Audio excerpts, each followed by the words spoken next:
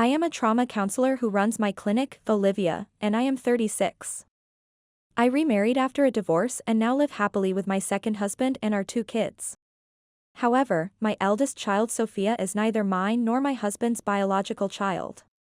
12 years ago, my sister Vanessa, who was a single mom, left Sophia with me and disappeared. I'm going to live with Vanessa. That's what my ex-husband Nathan wrote in a note before vanishing, leaving behind divorce papers as well. Since then, no one had seen Vanessa or Nathan. But now, here they were, standing right in front of me. It was a chance encounter after 12 years in this upscale shopping mall, my heart nearly stopping at the sight of them. Hey, is that kid on Instagram? How many followers does she have? Though my stomach twisted with shock at the sudden question, I calmly replied, keeping my voice steady despite the flood of emotions threatening to overwhelm me. She's doing well. She's grown up and is now in middle school. Wow, that emotionless crybaby loser made it to middle school? Seriously? She only ever cried or had that sullen look. Can she even handle school properly? She was definitely not cute. Vanessa kept running her mouth while snapping selfies at different angles, Nathan laughing uncomfortably beside her. Mom. Just as I was about to end our conversation, my fingers clenching into fists at my sides, I heard a voice calling me from behind. Sophia, are you done?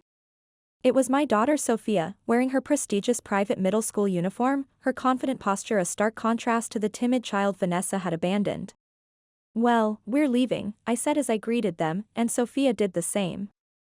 As we started to walk past them, Vanessa suddenly lowered her phone and shouted. Hey, wait a minute. That kid? No way, right? Seeing her reaction, an idea sparked in my mind, sharp and clear. If you come here tomorrow at 10 a.m., I can spare some time to talk. With that, I handed Vanessa my business card with trauma counseling specialist, printed neatly across the top. Ignored whatever they were still saying, and walked away with Sophia, her hand warm in mine. Vanessa had always been spoiled since she was a kid. She knew she was pretty and couldn't stand not being the center of everyone's attention. She used people without hesitation and carried that attitude into adulthood. While I earned my master's degree in psychology and started my counseling internship after graduation, Vanessa dropped out of community college and, wanting money and admiration, dove headfirst into modeling and social media. It wasn't uncommon for her to come home in the morning just as I was leaving for the day, her eyes bloodshot from parties but still checking her phone obsessively for likes and comments. Another night shooting content? I said. I don't need a lecture from someone still mooching off their parents as a student, she replied. Don't worry, I'll be bringing back my counseling license soon enough. She argued back to me, but you'll never make as much as me, right? I can make 10 grand from one sponsored post. Can you? I told her I was not interested in making that kind of money or doing that kind of work. Vanessa said, boring, and walked back to her room, scrolling through her phone and cursing under her breath. Not long after, Vanessa moved out of our parents' house. Since then, she hardly ever came back.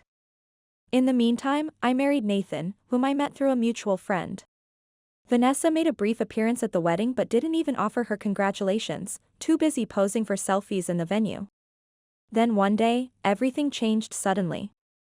It all started with a late-night call from my mom, my phone buzzing with anxiety as her name flashed on the screen. Hello? It's rare for you to call. There's no time for chat. Vanessa. She's come back home and got pregnant. Really? Nathan and I rushed to my parents' house, which wasn't far, driving as fast as we could, my mind racing with questions and concerns. When we arrived, there was Vanessa, her belly already noticeably large, one hand resting dramatically on it while the other held her phone, scrolling through Instagram. What's going on? Vanessa was filters for a selfie, acting as if nothing concerned her. What happened, Vanessa? She said, as you can see, I'm pregnant. I think I'm about 23 weeks along. Too late to terminate, so I'm just going to have the baby. Her nonchalant tone left me speechless, the callousness hitting me like a physical blow. Apparently, she had quit her modeling gigs, given up her apartment after falling behind on rent, and returned home. When we asked who the father was, she just dodged the question, changing the subject to her latest sponsored post. My parents and I were at a loss. Then Nathan, standing behind me, spoke gently. Maybe Vanessa is just putting on a brave face, but deep down, she's scared. Having a baby as a single mom is scary for anyone. As an architect with an eye for beauty, Nathan seemed drawn to Vanessa's external glow as a pregnant woman. Then, Nathan began to care for her more than anyone in the family, even visiting my parents' house on his own, bringing design magazines and helping decorate the nursery. Eventually, Vanessa gave birth to a beautiful baby girl. She named her Sophia. Regardless of the circumstances, she was our first grandchild and niece. Both my parents and I adored that tiny new life immensely, her small fingers curling trustingly around mine. However, Vanessa didn't change even after having a child. Her self-centered attitude remained, possibly worse than before. Vanessa, Sophia's crying. So what? Olivia, you can give her the bottle. For Vanessa, posting the perfect mom and baby selfie seemed to be a far bigger concern than actually feeding Sophia. The disconnect between her Instagram life and reality growing wider by the day. Nathan, believing that hormonal imbalances can happen around pregnancy and childbirth, started taking Vanessa out for some fresh air about a month after Sophia was born. Vanessa was more than happy to go along, tagging upscale locations and leaving Sophia behind. One weekend, Vanessa came to visit, Sophia bundled up in designer baby clothes that seemed more for show than comfort. What's up? You came all the way here with Sophia on the train? Yes, something like that. I felt an intense unease about Vanessa bringing Sophia on the train, noticing how she held her phone more carefully than her baby. Hey, can you watch Sophia for a bit? I want to go to my usual salon in the city. Without waiting for a response, Vanessa handed over the diaper bag and Sophia. Then left, already texting as she walked away. That day, Nathan had gone out for a design conference early in the morning, and I had been enjoying a quiet day alone. So taking care of Sophia wasn't a problem. But after a day of changing diapers, feeding, napping, and playing, it was already evening, my worry growing with the darkening sky. She's late. I messaged Vanessa several times, but while the messages were read, showing those little blue checks, there was no reply. And just like that, Vanessa disappeared, and from that day on, Nathan never returned home either, leaving nothing but a hollow space where our life together had been. The day after that shocking reunion, I was at the office working as usual. Since establishing my trauma counseling practice 4 years ago, I've been fortunate with clients who trust me. And today I had several sessions lined up in the afternoon. But today, an unexpected confrontation had emerged before those sessions, my stomach tightening with anticipation. I wonder what kind of face they'll make when they show up, I pondered, arranging my therapy tools neatly on the shelf. There was a knock at the door, sharp and impatient. Come in. At my call, the door opened, and Vanessa and Nathan were shown in by my receptionist. Their expressions were amusingly sullen, like teenagers called to the principal's office. What is this place? Like I said yesterday, it's my office. I gestured to the comfortable chairs, the calming blue walls, the certificates framed carefully on the wall. What's this about you being remarried? I didn't know.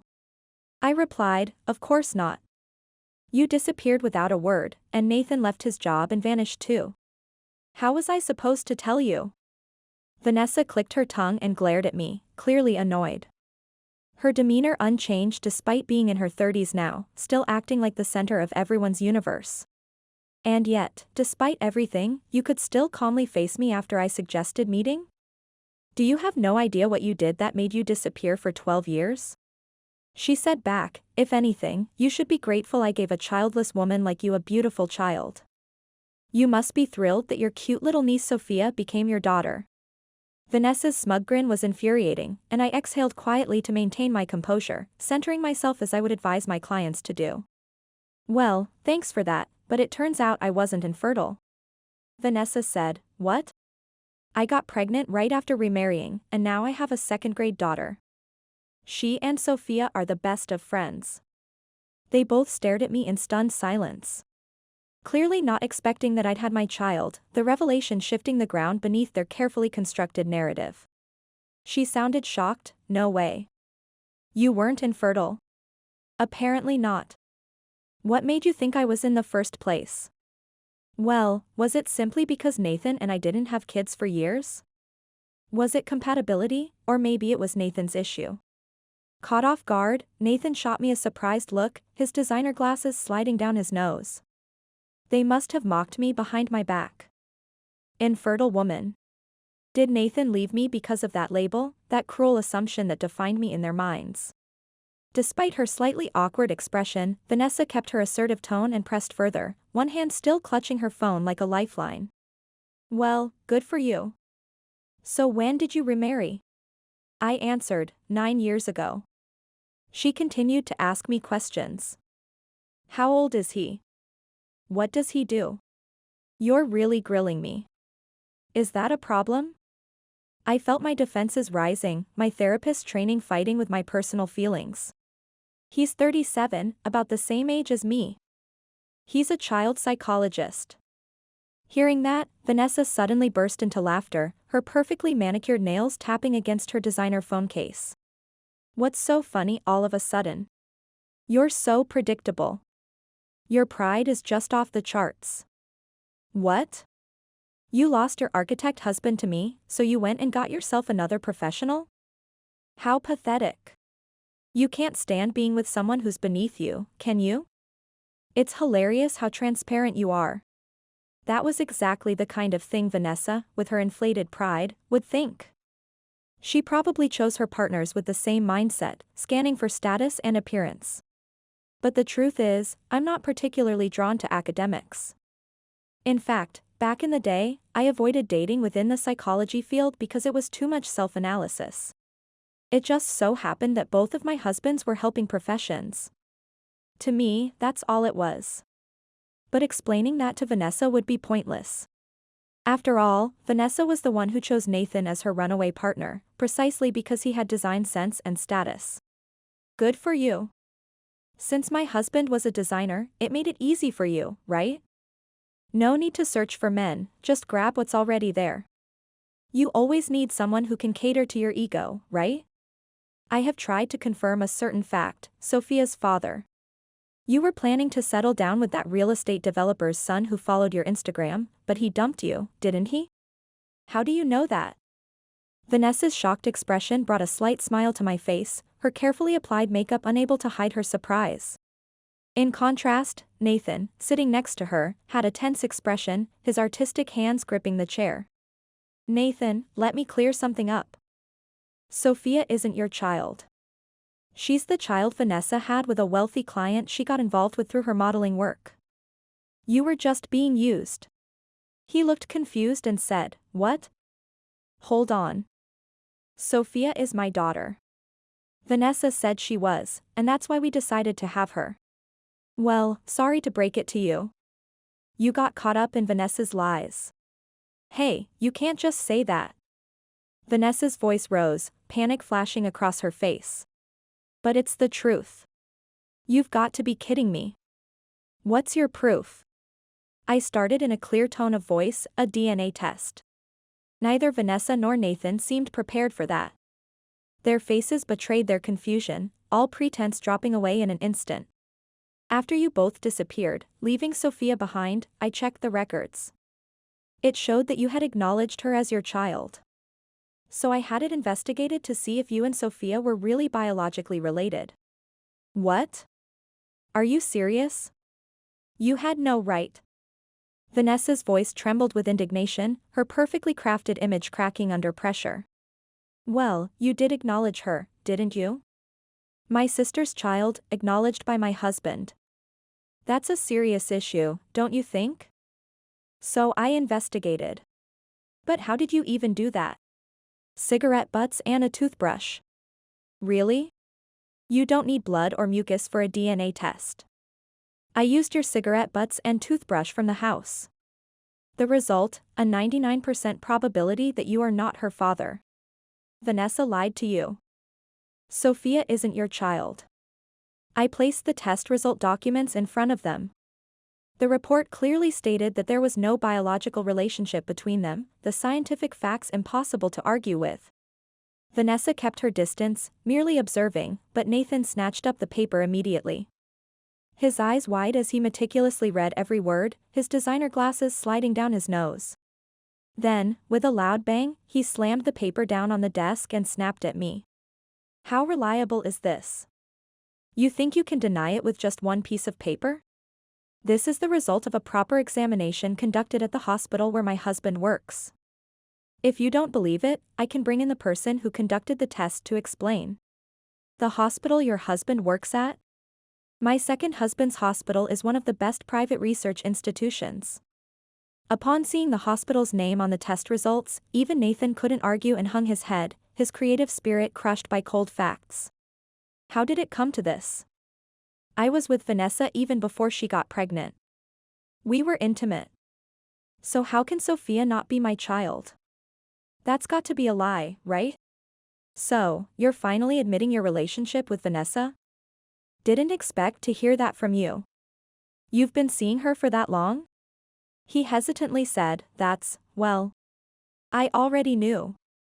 Nathan stared at me, shocked, with the same expression Vanessa had earlier, clearly not expecting I'd been aware of their secret meetings.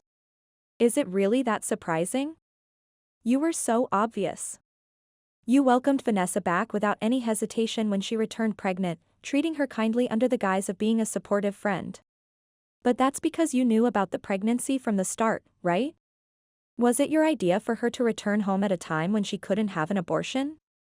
By returning at that stage, her parents had no choice but to accept her. Were you that eager to see your child? Nathan's eyes wavered slightly, his artistic sensibility failing to hide his emotions. Did he really want a child that much? I let out a small sigh, feeling both professional detachment and personal hurt collide within me. I did. I always wanted kids, but it just wasn't happening. Honestly, the stress made me throw myself into work more, staying late at the design studio, coming home exhausted. That's true. You did start staying at work more. I began thinking it was my fault, losing confidence in myself. Then one day, Vanessa approached me near the coffee shop I frequented, and I started going to her place, drawn to her seeming admiration of my designs. Vanessa was really attentive, always praising my work with enthusiasm. There were things I just couldn't tell you, Olivia. But Vanessa accepted everything. I leaned on her attention. When she suggested a deeper relationship, saying, "Why not use my beauty in your designs?" it just happened.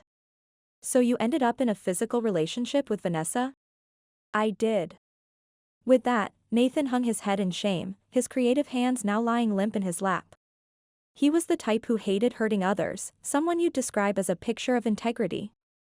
For Nathan to betray his wife with her sister was unthinkable. Yet he got trapped in the situation. For Vanessa, skilled at manipulating men, Nathan was an easy target. But Vanessa was already pregnant when she got involved with you. She knew it, and still lured you in. Was it then she told you she was pregnant and made you the stand-in father? She used our situation, knowing we couldn't have kids, to take you from me. Nathan responded with bloodshot eyes, speaking frantically. This is a lie, right?